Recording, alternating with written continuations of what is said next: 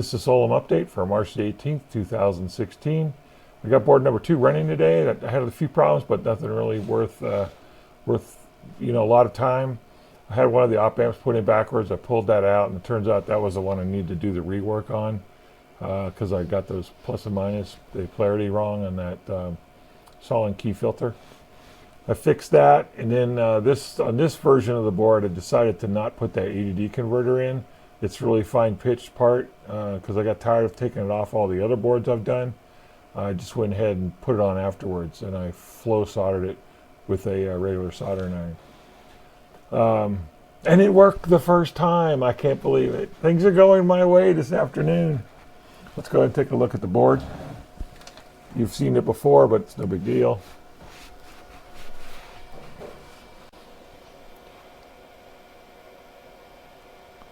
So here's board number 2.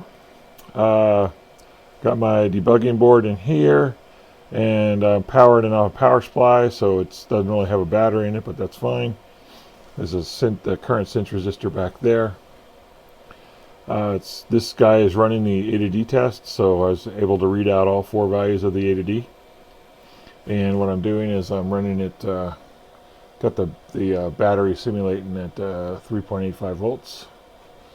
And over here on this power supply, I'm running about 3 amps of current through the current sense circuit.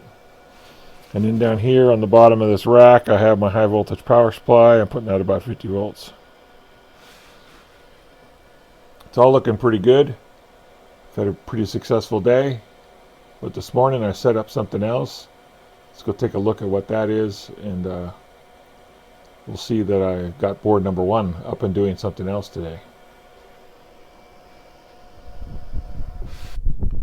Outside my office, I have a PV panel. It's like a 200 watt panel connected up to board number 1, and a bunch of voltmeters and ammeters connected as well.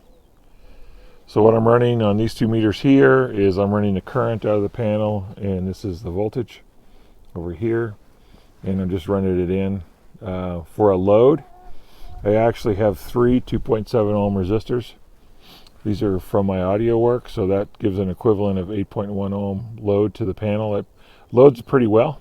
I was able to get out at the high point of the day about 35 volts at about 4 amps.